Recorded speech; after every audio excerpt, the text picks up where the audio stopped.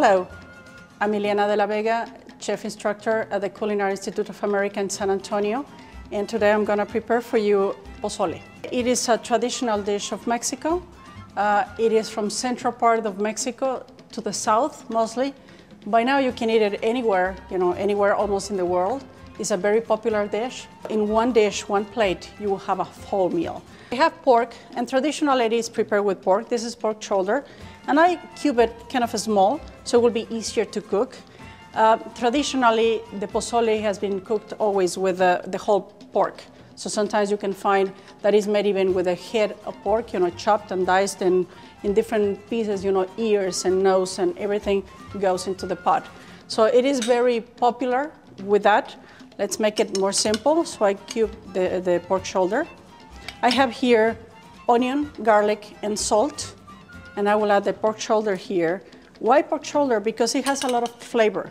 More flavor than the pork loin is kind of, a little bit of dry meat. So we will cook it here in boiling water, salted boiling water. The meat, when it's cubed this small, it will take perhaps 10 to 15 minutes to be cooked. The hominy, this is corn, and it's a different type of the regular corn. You can see one of the things is white, there is also yellow, but it's a different kind. It is a more large corn kernel. And we cook it, and it's what we call in Spanish cacahuacintle corn. This is already cooked. You can get it in any supermarket. It comes in a can. Just drain it. So what it makes more interesting this dish, it is all the garnish that is served with. And one of them particularly, it is very interesting, which is a sauce. This is chile guajillo. It's a long, slim, red chile. And we have also chile de árbol. So this is a very spicy chile. So how spicy you want your salsa, that's up to you. The guajillo has a little bit more flesh, so give a beautiful red color. So we'll make a red salsa that it will be really delicious and colorful and vibrant in flavor. So we will take the chiles, and let me show you a technique that I think is worth it to be seen for cleaning chiles. First of all, the chiles should be not brittle. If they are too dry, one of the things you can do is take a little bit of water, sprinkle on top just like this, let it sit for 20 minutes, and then they will be easier to work with, okay? But they should be pliable, they should be soft. Okay, so take scissors, a pair of scissors, cut it in the top next to the stem, and then run the scissors across the chile, just like this. If you want, you can wear gloves at this moment. So the capsaicin oil won't permeate in your hands because that will burn, especially if you touch your eyes. If you have sensitive skin, I will highly recommend you to do that. If you don't have gloves, that is also fine. I will give you a tip. Once you finish removing all the seeds from all your chiles, the large ones especially, wash your hands carefully and then sprinkle some acidic in your hands. It could be lime juice, it could be lemon juice, it could be even ketchup. That will work. And this, once you just remove the stem, we want the seeds and we want everything. For this particular recipe, I'm not dry roasting the chiles. I'm using them raw. What I'm gonna do is put them in a bowl and cover it with boiling water and let them sit and soak for like 15 minutes to fully reconstitute. So the chiles have been soaking for like 15 minutes now. They're fully reconstituted. Let me show you one. Right here we have, by now you can actually see the flesh of the chile. It's the same chile. This is soaked, this is not soaked. Here we have the chile de árbol, it's the same one, just now fully reconstituted. We have chiles here. We need a little bit of vinegar, white vinegar, some oregano,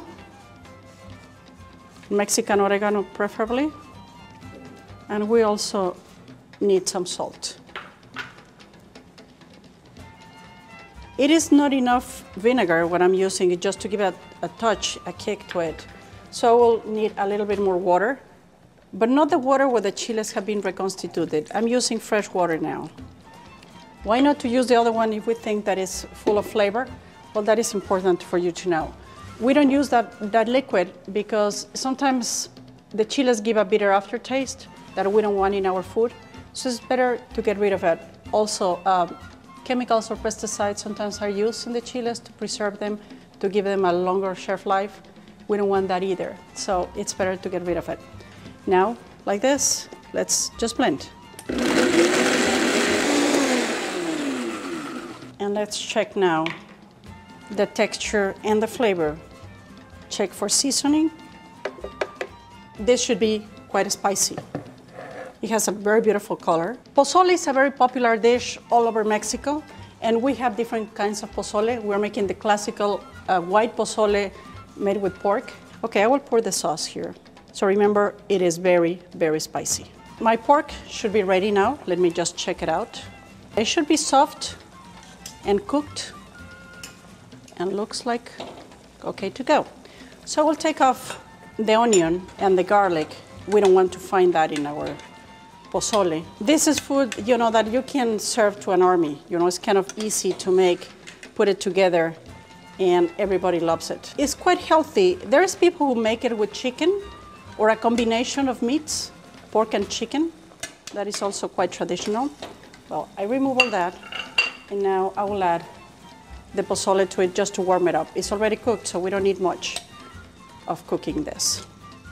The pozole and the meat, pozole is warm, and now the meat is cooked. So we need a large bowl, because this is a one-course meal. Part of the dish, of course, it is to have meat and a lot of the pozole, the hominy, but then the broth. So use plenty of both. This is what makes it beautiful. All the garnishes, and it's always served with a bunch of garnishes on the side. We'll put, this is cabbage. Many people like it with lettuce, so that's up to you, but you need the crunchiness of something. And it is warm at the bottom, and then all these fresh ingredients on top. And then a little bit of raw onion, white onion, always in Mexican cooking. Just sprinkle a little bit of oregano, dried oregano, Mexican oregano, some radishes, so it gives more crunchiness to this. Lime to your taste. Sauce also to your taste, as much as you can handle this. Okay, it will be very spicy. Just a little bit will spice up the whole dish. Then you mix it, add more lime juice, and you eat it with a tostada. It's a fried tortilla. These are baked, but it can be fried. Corn tortilla. Thank you for watching my demo on how to prepare pozole. For the complete recipe, please visit us at ciaculinaryintelligence.com. And to learn more about the Culinary Institute of America, visit us at ciachef.edu. Thank you very much, and buen provecho.